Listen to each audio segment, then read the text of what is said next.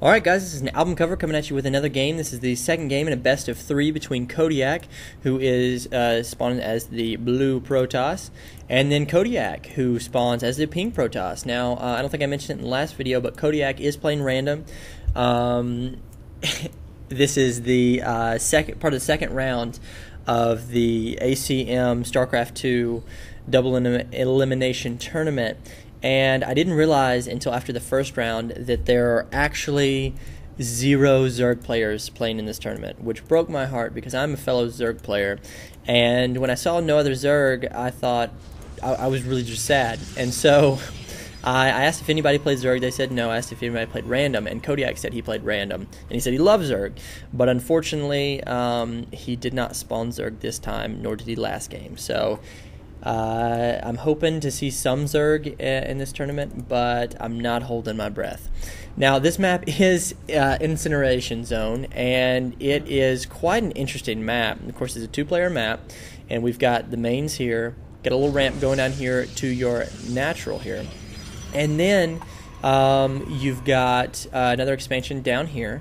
Sorry, there are no destructible debris there or rocks, anything like that. So you can just go down there to your third expansion. But at the same time, on on both players' back door, you have these destructible rocks, which lead to a fourth expansion, and then ultimately to your opponent's main. So it's can create some very interesting some games like that. This is really I feel like a Terran favored map, just because your natural can be covered by siege tanks, and even this high yield right here can be covered at least a little bit by siege tanks. So really, if you're Terran, you can really harass your opponent.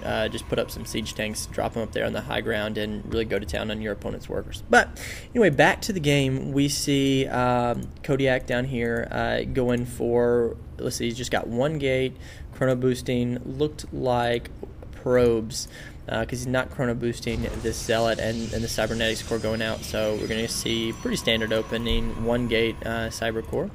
And these probes are just having a fun time over here, way on the side of the map, not doing a whole lot, except chasing each other. And so Vox has already got his one Zealot out here, guarding his entrance, a little narrow passageway between the pylon and the gateway, and has already got a Cybernetics core out when Kodiak's is just warping in. So that will definitely be, and it looks like, yeah, Kodiak has completely walled himself off.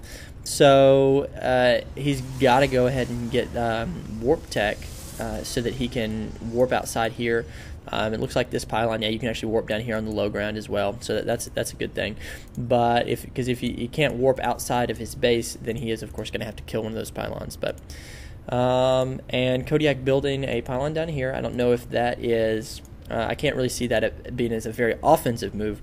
Maybe as a defense, just to see if Vox would try to do the same thing and put a pylon back here. But right now, they're both kind of keeping to themselves a whole lot.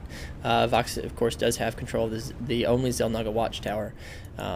And Kodiak going to go ahead and send a Zealot back here just to make sure these rocks aren't being attacked, because usually you do see that more with Zerg trying to sneak around, and you can't get in the front door as Zerg, so you try to go around the back and hammer on the rocks. But no, it actually looks like he's going to try to break down these rocks himself and possibly attack Vox's back door. So that'll be interesting to see, although he will need more than one Zealot to do that.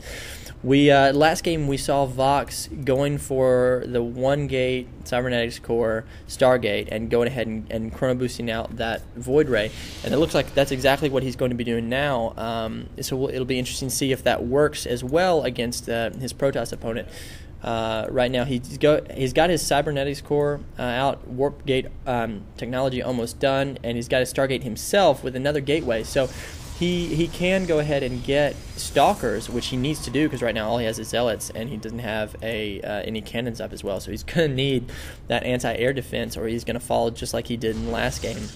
But Vox does have a sentry up here, great for defending, buying you some time. If your opponent tries to run up the ramp, just go ahead and force field that ramp off, and sniping some units in the process. But this Void Ray is already out, and production, yeah, okay. Let's see, Kodiak is going to get a couple Phoenix here, so that is a good response even before he sees this Void Ray. So no, Vox is not going to take out this Zealot, which is smart. If you've got a Void Ray and your opponent doesn't know it, you need to go ahead and go straight for the mineral line, and that's exactly what Vox is doing. These 3 Zealots running out and just kind of checking for pylons or expansions like that. But this Phoenix trying to take out this Void Ray, but the second one being chrono boosted out. But right now it not looking good for this Phoenix, and looking pretty good for this Void Ray and Vox as well. So Vox has a couple probes right now. He needs to be getting back to work. Going to make another gateway. Really, in Vox's position, good getting these Stalkers out and actually taking down that Void Ray. So that was a costly miss micro there on Vox's part. But really what he did there is he killed some workers, obviously, but he bought himself some time, Vox did, so that he can build a couple more gateways. He still hasn't researched Warp Gate, but basically when you do something like that, even if you don't kill your opponent, which 9 times out of 10 you won't kill your opponent with a single Void Ray, you buy yourself some time so that you can expand. However, Kodiac is going to make the time himself and going to expand. And really, if Vox can't spot this, if Vox can't do a whole lot, then he is going to be in trouble because he's going to be behind in the mineral count. And these Phoenix need to watch out. There's nowhere left for them to go on that side of the map. And one Phoenix gets taken out. It would not have gotten taken out if it had not turned around, but did, and lost its life as a result. So we can see these Stalkers and it looks like Zealot moving out, but Vox does have this pylon here at the high ground here, so he's going to be able to see when Kodiak attacks these destructible rocks. If he, let's see, yep, and he can see and hear that, so that should be a good indication to let him know that something is going on with his rocks. Now, what I do like about these Phoenixes is that, number one, they're so fast and they could jump in here and scout real quick and see what Vox is up to. Gonna go ahead and get another gateway. So it looks like he's not really going to focus a whole lot on air superiority. He's going to switch back to gateway units. And these Zealots really could do a whole lot better job, I feel like, over here in the back door, unless he's just going to break through with these units and try to draw away protection from the front door, which I hope it works for him, because he needs to have Kodiak. That probe needs to mine. It wants to mine. Just make it mine. This Nexus is completed, but is not being used at all. So right now that is 400 minerals just down the drain until you actually start using it. So let's see. He does push out with these Zealots and has to retreat.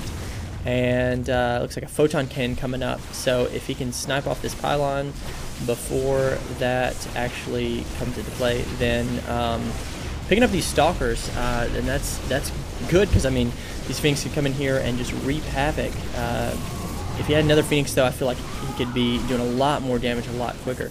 But these Phoenix are just pretty much just sitting here. I don't understand why they're not picking things up. Yeah, and there he goes and picks that up. And Vox could really be in trouble because Kodiak just came in here with the front door as well. And look at the lost tabs. Yeah, Vox is really in trouble.